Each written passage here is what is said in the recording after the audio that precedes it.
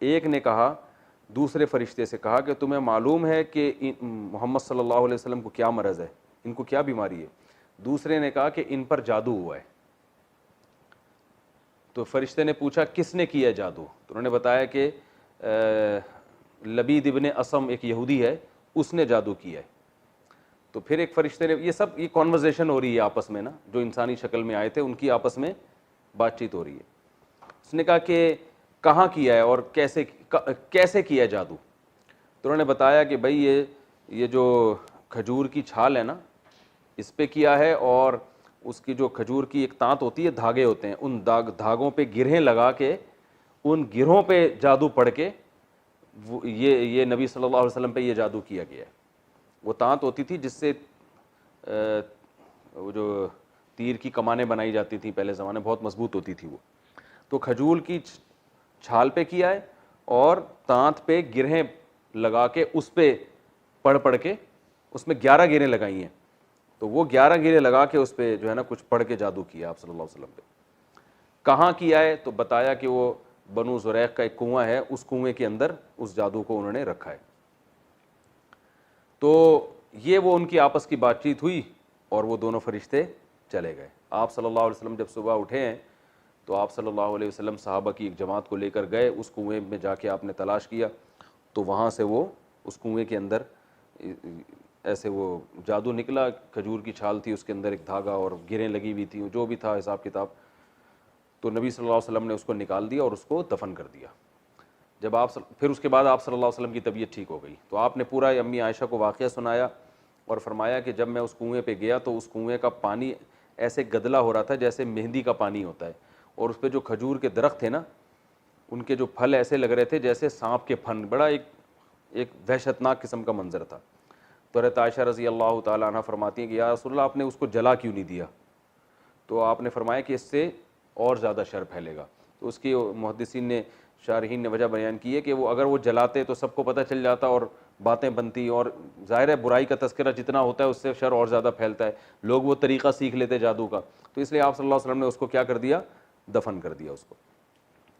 تو اس کے بعد یہ 2 صورتیں نازل ہوئیں, سورہ فلق اور سورہ ناس, اور ان کو پڑھنے کا نبی حضرت جبریل نے آپ صلی اللہ علیہ وسلم کو حکم دیا کہ رات کو آپ ان کی تلاوت کریں. تو نبی صلی اللہ علیہ وسلم جب یہ صورتیں نازل ہوئیں تو ان کے ساتھ قل هو اللہ احد بھی ملاتے, سورہ فلق اور سورہ ناس, یہ تینوں صورتیں آپ جب بھی رات کو آرام فرماتے تو تینوں صورتیں, اس کا سنت طریقہ کیا ہے کہ بغیر بسم اللہ کے آپ نے قل هو اللہ پڑھنی ہے, پھر سورہ فلق پڑھنی ہے, پھر سورہ ناس پڑھنی ہے. اس کے بعد آپ نے اپنے ہاتھ پہ پھونک مارنی ہے, پھر وہ جہاں جہاں آسانی سے ہاتھ چلا جائے وہاں وہ ہاتھ پھیرنا ہے, پیچھے بھی اور سامنے بھی. پھر اس کے بعد دوبارہ یہ عمل کرنا ہے, تینوں صورتیں پڑھ کے پھر تیسری دفعہ یہ عمل کرنا ہے. تو یہ طریقہ نبی صلی اللہ علیہ وسلم نے ہمیشہ اس کو اختیار کیا تاکہ جادو سے آپ صلی اللہ علیہ وسلم کی حفاظت رہے. تو آیا کہ اس جیسی صورتیں پورے قرآن میں نازل نہیں ہوئی ہیں. تو اب سوال یہ پیدا ہوتا ہے کہ یہی الفاظ سورہ فاتحہ کے بارے میں بھی ہیں. آپ صلی اللہ علیہ وسلم نے فرمایا کہ سورہ فاتحہ جیسی صورت پورے قرآن میں کوئی بھی نہیں ہے. تو اس کی تشریح دوسری حدیث میں آتی ہے کہ آپ صلی اللہ علیہ وسلم نے فرمایا کہ بطور رقیہ کے, یعنی یہ جادو اور یہ جو ہے نا اس طرح کی چیزوں کے علاج کے لیے سورہ فلق اور سورہ ناس جیسی صورت پورے قرآن میں نہیں ہے. دوسری حدیث میں اس کی تشریح ہے. تو پتہ یہ چلا کہ سورہ فاتحہ جو سب سے افضل صورت ہے وہ اپنے مضامین کے لحاظ سے کہ اس میں توحید ہے, اللہ سے دعا مانگی گئی ہے, انعام یافتہ لوگوں کا راستہ مانگا گیا اور بار بار نمازیں پڑھی جاتی ہے. اور سورہ فلق اور سورہ ناس کی افضلیت اس وجہ سے ہے کہ یہ سب سے افضل ہے بطور علاج کے. تو نظر ہے, جادو ہے, اس قسم کی, یا حاسدین کا حسد ہے, جیلیسی میں لوگ آپ کو نقصان پہنچاتے ہیں نا, تو اس قسم کے نقصانات سے بچنے کے لیے سب سے بہترین صورت جو نازل کی گئی ہے وہ کون سی ہے؟ وہ سورہ فلق اور سورہ ناس ہے. تو یہ تو ان صورتوں کی فضیلت تھی اور ان کا شان نزول تھا. آگے ان کی تفسیر کیا ہے؟ اللہ تعالیٰ نے فرمایا قل اعوذ برب الفلق, اے نبی آپ کہہ دیجئے کہ میں صبح کے رب کی پناہ میں آتا ہوں. اللہ تعالیٰ کو ان کی صفات کا جب واسطہ دیا جاتا ہے تو پھر اللہ کی رحمت جوش میں آتی ہے اور جو مانگو وہ آپ کو عطا کیا جاتا ہے. یہ انسان کی فطرت ہے. آپ جب کسی سے قرضہ مانگنے کے لیے جاتے ہیں تو اس کی صفات کو ہائی لائٹ کرتے ہیں, یار آپ بڑے سیٹھ ہیں اور میں آپ کے پاس اس لیے آیا ہوں کہ آپ ایک تو مالدار ہیں, اللہ کا دیا آپ کے پاس بہت کچھ ہے, اور دوسری آپ کی طبیعت بھی ہمیں معلوم ہے کہ آپ جو ہے وہ کنجوس نہیں ہیں, آپ سخی ہیں. اس طرح کی جب صفات بیان کی جاتی ہیں انسان خوش ہوتا ہے, کہتا ہے چلو بھائی. تو اللہ تعالیٰ بھی یہ چاہتے ہیں کہ مجھ سے جب کوئی دعائیں مانگو تو میری صفات کو ہائی لائٹ کرو. پھر جس طرح کی دعا منگوائی جاتی ہے نا, اللہ تعالیٰ وہی صفات کو اپنی ہائی لائٹ کرتے ہیں کہ میری یہ والی صفت کو ابھی سامنے رکھ کر دعا مانگو تو میں تمہاری دعا قبول کروں گا. تو اللہ تعالیٰ نے کیا کہا کہ پہلی بات تو میری ایک صفت ہے رب, رب کی صفت یوں نہیں کہا قل اعوذ باللہ, عام حالات میں ہمیں حکم دیا اعوذ باللہ من الشیطان الرجیم, میں اللہ کی پناہ میں آتا ہوں شیطان سے جو مردود ہے. یہاں کہا گیا برب الرب, رب کہتے ہیں پالنے والا. تو جو کہ بہت بڑی چیزوں سے پناہ مانگی جا رہی ہے نا, اور بہت زیادہ چیزوں سے, تو رب کہتے ہیں پالنے والا. جو پالنے والا ہوتا ہے نا, ایک ہوتا ہے پیدا کرنے والا اور ایک ہوتا ہے پالنے والا. پالنے والا کیا کرتا ہے کہ وہ آپ کے ہر چیز کا خیال کرتا ہے. دیکھیں آپ گھر میں کتا پالتے ہیں, بلی پالتے ہیں, تو پالنے کا مطلب یہ ہوتا ہے آپ ہر قسم کی کیئر کا انتظام آپ نے خود کرنا ہے. بلی بھی جو لوگ پالتے ہیں نا, تو وقت پہ اس کو کھانا دینا, پھر سردی میں جو ہے نا گرم جگہ پہ رکھنا اور گرمیوں میں انتظام کرنا. ماں باپ اپنی اولاد کو پالتے ہیں تو ایک ایک چیز کا خیال کرتے ہیں نا, اسے بچاتے ہیں سردی سے بھی گرمی سے بھی, بچوں کو روڈ پہ کھلا نہیں چھوڑتے ایکسیڈنٹ سے بچانے کے لیے. تو اللہ تعالیٰ نے کہا کہ میری جو صفت ہے نا پالنے والا, اس صفت کو ہائی لائٹ کرو تو مجھے میری رحمت کو جوش آئے گا. بھائی میں تو تمہیں پالنے والا ہوں, تو آگے جن چیزوں سے تم پناہ مانگ رہے ہو میں تمہیں ان سے پناہ میں رکھوں گا, کیونکہ میرا کام کیا ہے تمہیں پالنا. یعنی پالنا کہتے ہیں تدریجاً کسی چیز کو ترقی دینا. جیسے آپ بکری پالتے ہیں نا, اتنا سا بچہ لایا کھلا کھلا کے ایسے کر دیا, اس کو کہتے ہیں پالنا. یعنی تدریجاً آہستہ آہستہ کسی چیز کو تنزل سے ترقی کی طرف لے کر آنا, تو اس میں بڑی کیئر کرنی پڑتی ہے. تو اس لیے اللہ نے یہاں اپنی صفت رب کو ہائی لائٹ کیا. آگے اللہ نے فرمایا قل اعوذ برب الفلق, صبح کے رب کی پناہ مانگتا ہوں. اور صبح بھی بالکل صبح. تو وجہ کیا ہے کہ اللہ نے یہ بتایا کہ رات کی تاریکی جو ہے نا وہ انسان کے لیے نقصان دہ چیز ہے. دنیا میں جتنے جرائم رات کے اندھیرے میں ہوتے ہیں, رات کو آپ کہیں باہر سو, ڈر ہوتا ہے کوئی جانور نہ کاٹ لے آپ کو, اور رات کو گھروں میں حادثے ہوتے ہیں, آگ لگنے کا خطرہ ہوتا ہے. حدیث میں آتا ہے رات کو چراغ گل کر کے سو, بعض دفعہ چوہا کیا کرتا ہے وہ گرا دیتا ہے اور وہ آگ لگ جاتی ہے. تو حوادث کا خطرہ رات میں دن سے, ایکسیڈنٹ رات میں زیادہ ہوتے ہیں, صحیح طرح روشنی میں نظر نہیں آتا. اسی طرح جنات اور یہ جو بلائیں ہیں یہ رات میں زیادہ ہوتی ہیں, چوریاں ڈکیتیاں رات میں زیادہ ہوتی ہیں. روشنی بھرپور نہ ہونے کی وجہ سے رات میں جو شر کا عنصر ہے وہ دن سے زیادہ ہے. اور کچھ بھی نہ ہونا رات میں, رات بذات خود ایک ڈراؤنی چیز ہے. اگر یہ تو آج کل لائٹنگ ہے نا, اندھیرا پورے ہوتے نہیں, ورنہ گھپ اندھیرا اچھوں کو ڈرا دیتا ہے.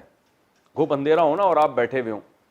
دیکھیں دن میں آپ قبرستان جاؤ, لوگ جاتے ہیں, یہی اندھیرے میں کبھی قبرستان جا کے دکھائیں. ہم نے بڑے بڑے فنٹروں کو دیکھا ہے, وہاں اندھیرے میں نا جب گھپ اندھیرا ہو قبرستان میں اکیلے نہیں بیٹھ سکتے. بہت لوگوں نے ایک دوسرے کے ہم جو بیٹھیں گے ڈرتے ہیں, نہیں بیٹھ سکتے. تو رات بذات خود ایک ڈراؤنی چیز ہے. تو اللہ فرماتے ہیں کہ پوری دنیا پہ میں رات مسلط کرتا ہوں اور اپنی قدرت سے پھر اس رات کو ختم کر دیتا ہوں. تو جو رب اتنے بڑے شر اور اتنے پھیلے ہوئے شر سے لوگوں کو بچا کے صبح کی روشنی میں لا سکتا ہے, تو وہ باقی شروں سے تمہیں کیوں نہیں بچا سکتا. یہ قرآن کی بلاغت ہے. تو اللہ نے کہا قل, اے نبی آپ ان سے کہہ دیجئے اعوذ, اے اللہ میں پناہ مانگتا ہوں, پناہ میں آتا ہوں, برب الفلق, اس رب کی پناہ میں جو صبح کا خالق ہے, صبح کو پیدا کرنے والا, جو کیسے گھپ اندھیروں میں ایک دم صبح کی کرنیں پھوڑ دیتا ہے, کیسی صبح کی روشنیاں اجالش, کتنا اچھا لگتا ہے. آج کل تو لوگ صبح پڑے ہوئے سو رہے ہوتے ہیں, لیکن حقیقت میں ہے کہ آپ گاؤں دیہاتوں میں جا کے وقت گزاریں, رات کا اندھیرا جب ختم ہوتا ہے نا, صبح کی کرنیں پھوٹتی ہیں, بڑا خوبصورت منظر ہوتا ہے. سارے چرند پرند نکلتے ہیں, انسان بھی نکلتے ہیں, وحشت ختم ہو جاتی ہے. تو اس رب کی پناہ مانگی گئی ہے کس چیز سے, من شر ما خلق, ہر اس چیز کے شر سے جس کو اللہ نے پیدا کیا. تو آگے اس سورہ فلق میں 3 چیزوں سے پناہ مانگی جا رہی ہے, اور سورہ ناس میں ایک چیز سے پناہ مانگی جا رہی ہے. تو بطور توحید کے پہلے اللہ نے ایک عمومی کہ تفصیل تو بعد میں, اس کو کہتے ہیں تخصیص بعد تعمیم. یہ گاڑے الفاظ ہیں, میں زیادہ نہ پڑھیں آپ, پھر وہ لوگ بھاگ جاتے ہیں کہ یار یہ پتہ نہیں کیا گاڑا پن شروع کر دیا صاحب نے.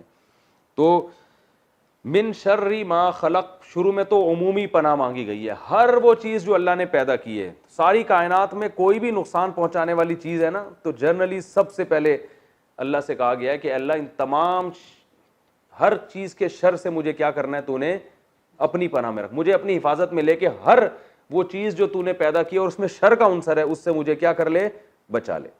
پھر آگے کچھ چیزیں ایسی ہیں جن میں شر زیادہ ہے اور ان کا شر عام طور پہ نظر نہیں آتا۔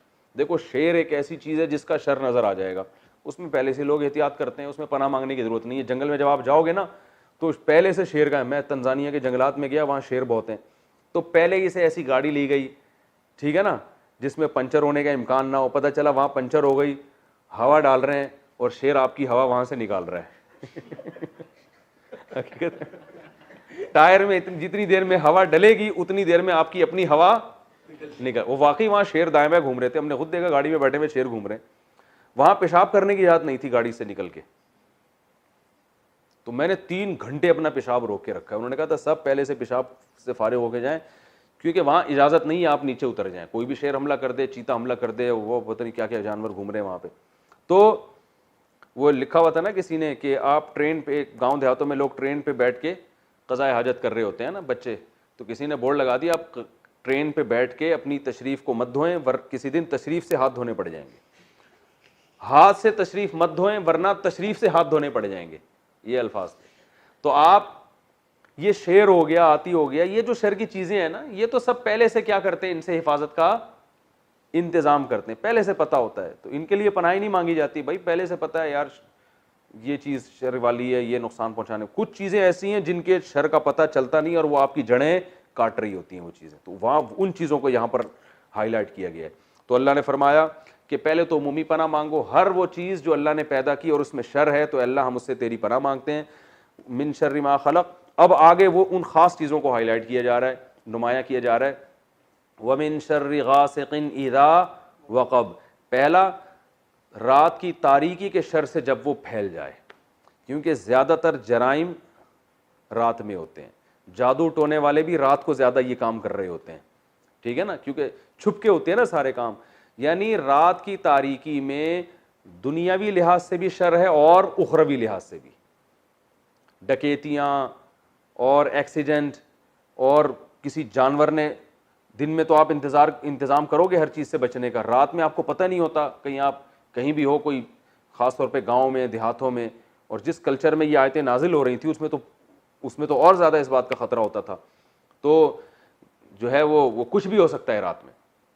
تو اللہ نے فرمایا پہلی بات رات کے شر سے جب وہ پھیل جائے، وَمِن شَرِّ غَاسِقٍ إِذَا وَقَبَ وَمِن شَرِّ النَّفَّاثَاتِ فِي الْعُقَدِ، پھونک مارنے والیوں کے شر سے جو گروہ میں پھونک مارتی ہیں، کیونکہ جادو ٹونا، ایک تو والے کا ذکر نہیں کیا اللہ نے، والیوں کا ذکر کیا۔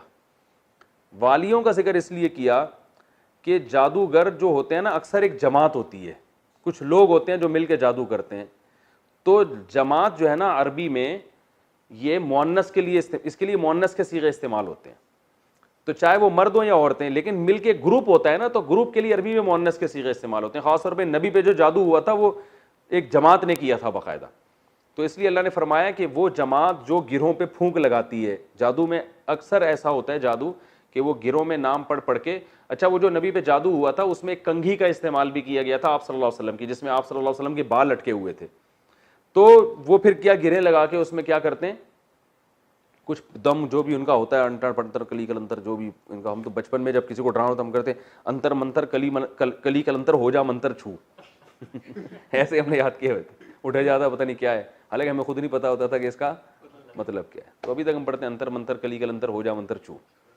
تو وہ کچھ بھی گھوڑے بلے ان کے جو بھی ہوتے ہیں جادوگروں کے پڑھ رہے ہوتے ہیں بیٹھ کے، تو اللہ نے فرماتے ہیں اچھا، اور بعض نے کہا کہ نفاسات سے مراد واقعی عورتیں ہیں، کیونکہ خواتین میں یہ جادو ٹونے کا ریشو مردوں سے زیادہ ہے، تو جو مخلوق زیادہ جادو کرتی ہے تو اللہ نے اس کو بتایا تاکہ بچ کے رہو، ساسیں بہوؤں پہ، بہویں ساسوں پہ، پڑوسیوں پہ، یہ ہو رہا ہوتا ہے مارکیٹ میں۔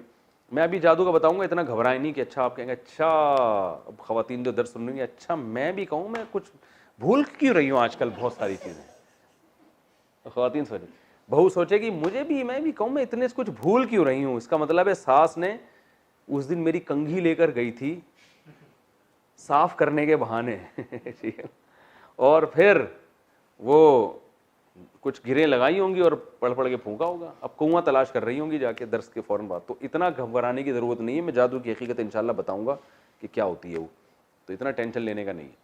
تو اللہ نے فرمایا وَمِن شَرِّ النَّفَّاثَاتِ فِي الْعُقَدِ, پھونک مارنے والیوں کے شر سے جو گرہوں میں پھونک مارتی ہیں, وَمِن شَرِّ حَاسِدٍ, اور حسد کرنے والوں کے شر سے بھی, اذا حسد, جب وہ حسد کرنے لگیں. تو تین چیزوں سے پناہ مانگی گئی ہے, ایک تو عمومی ہے من شر ما خلق, یہ تو تمہید ہے ہر مخلوق سے جس میں بھی شر ہو, ومن شر ما خلق ومن شر غاسق اذا وقب, تاریک رات کے شر سے اور جادوگروں کے شر سے جو اس طرح سے جادو کر رہے ہوتے ہیں, اور تیسری چیز سے پناہ مانگی گئی ہے وہ کیا ہے, حسد کرنے والوں کے شر سے. ہو گیا بھائی, کتنا ٹائم باقی ہے, 4 منٹ رہتے ہیں.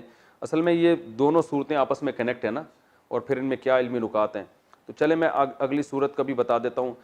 اگلی صورت میں کیا, اس میں جو علمی نکات ہیں کہ ان میں 3 سے کیوں پناہ مانگی گئی, ان میں 1 سے کیوں پناہ مانگی گئی, اور یہ اس کا شر ہوتا کیسے ہے, یہ ساری تفصیل پھر میں اگلے لیکچر میں بتاؤں گا. ابھی میں صرف 3 منٹ ہے نا بس, یہ ہو جائے گا کمپلیٹ. اگلی صورت میں پناہ مانگی گئی ہے قل اعوذ برب الناس, میں لوگوں کے رب کے ذریعے پناہ مانگتا ہوں, ملک الناس, جو لوگوں کا بادشاہ بھی ہے, الہ الناس, لوگوں کا معبود بھی ہے. تو پہلے تو صرف رب کی بات تھی, اب تو اللہ کو اور صفات کا واسطہ دیا جا رہا ہے. اللہ تو ہمارا رب بھی ہے, تو بادشاہ بھی ہے, اور تو وہ ذات ہے جس کی ہم عبادت کرتے ہیں, یعنی قابل عبادت بھی تو ہی ہے. ہر بادشاہ تو قابل عبادت نہیں ہوتا نا. ملک الناس الہ الناس من شر الوسواس, صرف ایک چیز سے پناہ مانگی گئی ہے صورت میں. پچھلی صورت میں 3 چیزوں سے, اور اس صورت میں ایک چیز سے پناہ مانگی. وہ کیا ہے, وسوسے کرنے والوں کے شر سے, جو وسوسے کر کے پیچھے ہٹ جاتے ہیں. پیچھے کیوں ہٹتے ہیں, کہ جو بھی وسوسے والا ہوتا ہے نا وہ تھوڑا سا کام کرے گا اور پھر پتلی گلی سے نکل جائے گا. انسان بھی یہی کرتے ہیں, بس وہ کچھ نہ کچھ چکر میں ڈال کے کیا کرتے ہیں, راستہ اپنا, وہ ہمیشہ آپ کا ساتھ نہیں دیتے. ان کا کام ہوتا ہے کنفیوز کر کے چھوڑ دینا. اور شیطان بھی یہ کرتا ہے, جنات, وہ دل میں وسوسہ ڈالتے ہیں, جب ہم اللہ کا ذکر کرتے ہیں تو فوراً وہ بھاگ جاتا ہے, وہ بھی قرار نہیں ہوتا اس کو دل میں. تو حدیث میں آتا ہے جیسے ہی کوئی اللہ کا ذکر کرتا ہے نا, شیطان اپنی سونڈ فوراً پیچھے کرتا ہے جو دل میں برے خیالات ڈال رہا تھا. تو انسان من شر الوسواس الخناس, جو پیچھے ہٹتے ہیں, یعنی ان کی کمزوری بتائی ہے کہ پیچھے ہٹتے ہیں, اور ان کی بزدلی اللہ نے اس میں واضح کی ہے.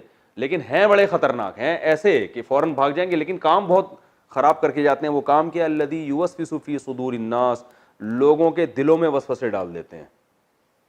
اور ظاہر ہے جب انسان کے دل میں وسوسے آتے ہیں تو وہ کسی بھی ایک ہدف کی طرف پھر دل جمعی کے ساتھ نہیں چلتا. آپ کو ایک منزل ہے نا, آپ نے وہاں جانا ہے, آپ کے دل میں وسوسہ ڈال دیا کہ یہ پتہ نہیں میری گاڑی اس ٹریک پہ چل, وہ منزل تک یہ راستہ وہاں جاتا بھی ہے کہ نہیں جاتا, تو آپ کی گاڑی میں پھر وہ اسپیڈ رہے گی نا. آپ کو ڈر لگا رہے گا پتہ نہیں میں منزل سے اور دور تو نہیں ہو رہا کہیں, تو جوش جذبہ ختم ہو جائے گا. ان لوگوں کی زندگی میں طاقت اور جان ختم ہو جاتی ہے. تو من شر الوسواس الخناس الذی یوسوس فی صدور الناس, جو لوگوں کے دلوں میں وسوسے ڈالتے ہیں, من الجنۃ والناس, یہ جنات میں سے بھی ہیں اور انسانوں میں. جنات شیطان ہوتے ہیں, یعنی شیطان بھی یہ کام کرتا ہے اور انسان بھی یہ کام کرتے ہیں. یہ دونوں بہت اہم صورتیں ہیں, اس لیے اگلے درس میں پھر انشاءاللہ ان کی مزید تفصیل بیان کروں گا. اور یہ بہت اہم صورتیں ہیں, اس کو ہماری جو پریکٹیکل لائف کے لیے نا, اس کو کامیاب کرنے کے لیے ہمیں اس میں بہت بہترین اسباق ملتے ہیں. اللہ تعالیٰ سمجھنے کی, عمل کرنے کی توفیق عطا